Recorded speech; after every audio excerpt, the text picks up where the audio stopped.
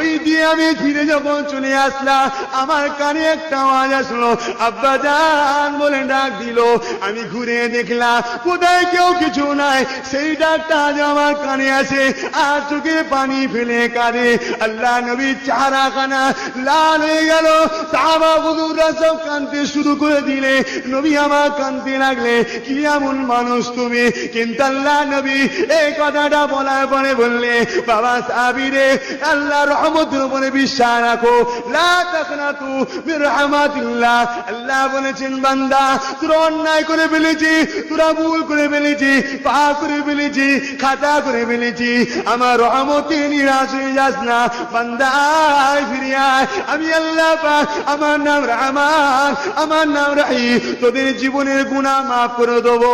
ও বাবা সাহাবীরে, আল্লাহ পাকের দোয়া চায়, তুমি আমাকে মহব্বত করেছো, আল্লাহকে মহব্বত করেছো, ইমানের কলমা পড়েছো, আমার জন্য লড়াই করছো, আমার জন্য তরোয়াল তুলেছো, জাহিলিয়াতের যুগের গুনাহ আল্লাহ তোমাকে মাফ করে জান্নাতি বানিয়ে দিয়েছে। এই রকম একটা গুনাহ রাসূলকে প্রেম করার জন্য মাফ হয়েছে। তাহলে আজকে আপনারা কেউ টিভি দেখেছেন, গান শুনেছেন, মেলায় গেছেন, যাত্রায় গেছেন, ফাংশনে গেছেন, রাসূলকে প্রেম করলে আল্লাহ এগুলো মাফ করবে না? কিন্তু প্রেম কাকে বলে? প্রেম কাকে বলে?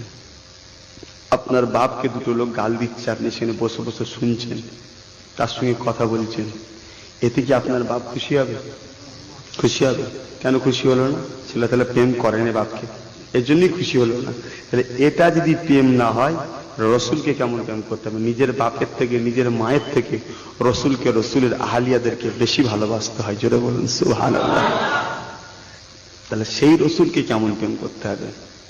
তাহলে এবার থেকে প্রতিজ্ঞা করেন, আজ থেকে এই কারবারের জায়গায় বসে প্রতিজ্ঞা করেন, আপনাদেরও যার যেখানে কারবার আছে এখানে বসে দোয়া চাই, আল্লাহ যেন প্রতিটা মানুষের কারবারে এত বরকত দেয়, এত বরকত দেয়, আপনারা যেন প্রতি বছরই মক্কা মদিনায় যেতে পারেন। বলুন আল্লাহুম্মা আমিন।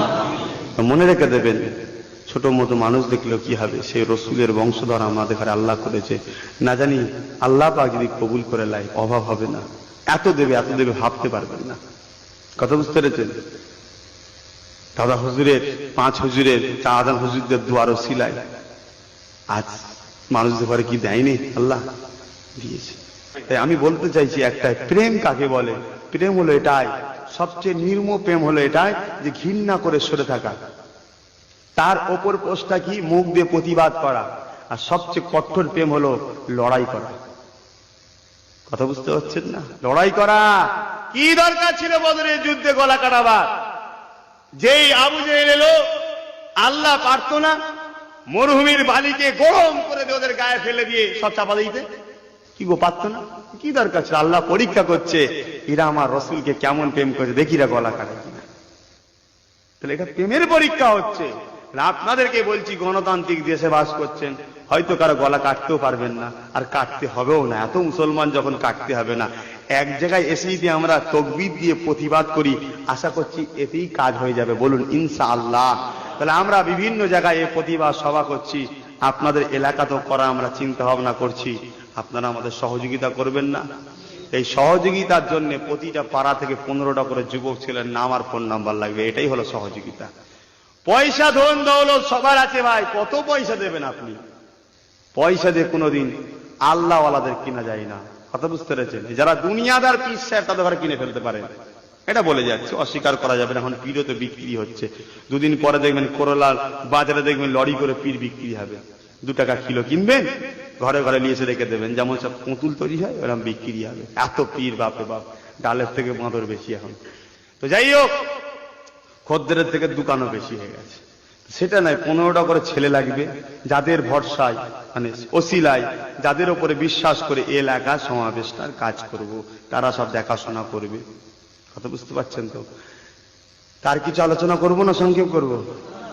এখনো করতে হবে। দরুদ আল্লাহুম্মা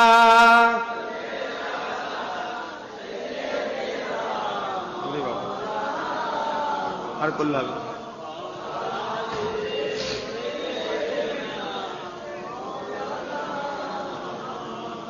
प्यारे हाजिरान मजलिस, तो भाईजान সেই নবী পাককে মহব্বত করবেন, সেই নবী পাককে ভালোবাসবেন। বড় কষ্ট করে, বড় মেহনত করে রসুল আমার ইসলামকে কায়েম করেছে। আজকে সেই ইসলামকে মিটিয়ে দেওয়ার জন্য ইহুদি আর খ্রিস্টান, এই দুই জাতি শুরু থেকে লেগে আছে, আজও লেগে আছে। এক শ্রেণীর মুসলমানকে এরা পিছন সাইড থেকে পয়সা দিয়ে ইসলামটাকে কিনে নিয়ে, ওদের ঘরে কিনে নিয়ে ইসলামের ঘরে দলাদলি শুরু করে দিয়েছে। আজ থেকে 1300 বছর ধরে আমরা ইমামে আজম আবু হানিফা হুজুরকে মেনে চলছি। এই আহলে হাদিস বলে একটা দল বেরিয়েছে, এরা পুরোপুরি ভারতের ব্রিটিশদের দালালি করেছিল। ইতিহাস পড়বেন, যখন ব্রিটিশের সঙ্গে যুদ্ধ ঘোষণা করলো তখন এরা ফতোয়া দিয়েছিল ব্রিটিশের বিরুদ্ধে অস্ত্র ধরা হারাম। তাহলে কি ফতোয়া বুঝতে পারছেন? কিরকম দালাল ছিল এরা ব্রিটিশ সরকারের, যে ব্রিটিশ সরকার মাদ্রাসা ভেঙেছে, মসজিদ ভেঙেছে, মুসলমানের মাহবুবের ইজ্জতগুলোকে লুটেছে, কোরআনকে পুড়িয়েছে, সেই ব্রিটিশের সঙ্গে নাকি যুদ্ধ করা এরা ফতোয়া দিয়েছিল হারাম। সেই আহলে হাদিসদের তখন নাম ছিল লামাযহাবি, ওহাবি। তারা ব্রিটিশের কাছে একটা চিঠি লিখেছিল, যে চিঠিটা কলিকাতার ন্যাশনাল লাইব্রেরিতে এখনো পর্যন্ত আছে। নজির আহমেদ বলে লোকটার নাম ছিল। সে চিঠি করেছিল, মাননীয় সেক্রেটারি সাহেব, আপনার কাছে আমাদের অনুরোধ যে আমাদের নামটা আহলে হাদিস কেটে দিয়ে ওহাবি করা হোক।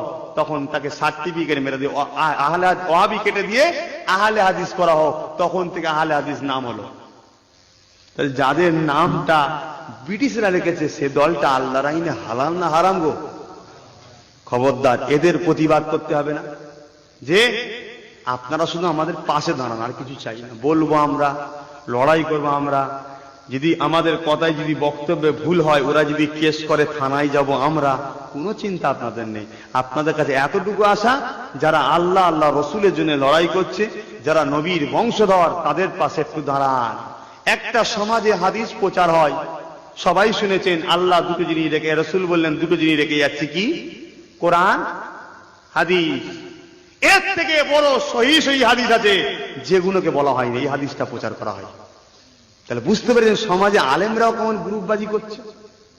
এর থেকেও একটা বড় সহি হাদিস আছে, যেটা আসা বুখারী, মুসলিম, নাসাই, তিরমিজি, আবু দাউদ, ইবনে মাজাহ, যেটা সিয়াসাতটা কিতাব, এর মধ্যে একটা হাদিস আছে। 4-5টা কিতাবে আছে।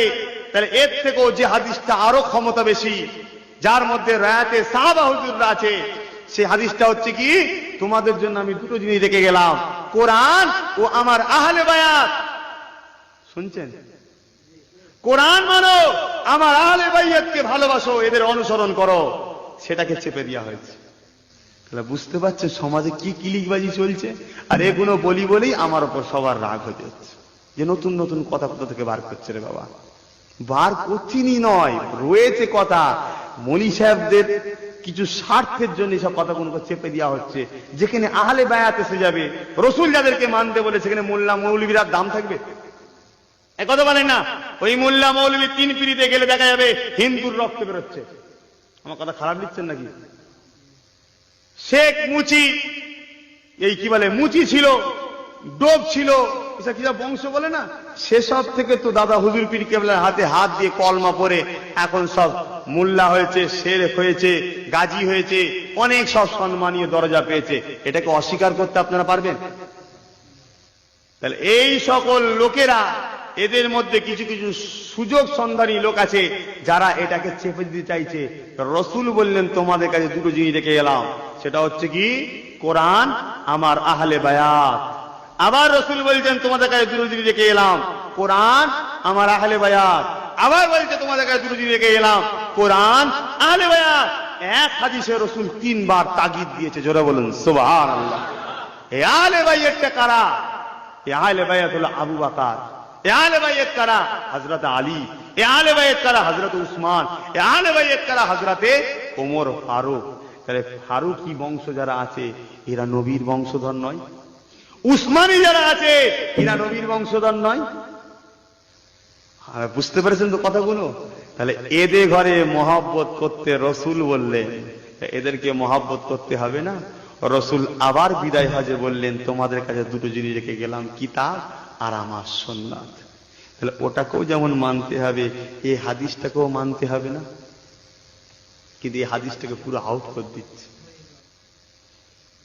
মনে রেখে দেবেন, কেমন পর্যন্ত ইসলাম একটা ধর্ম, এই ধর্মটাকে পরিচালনা করার জন্য আমার নবীর পরে আর তো কোন নবী আসবে না।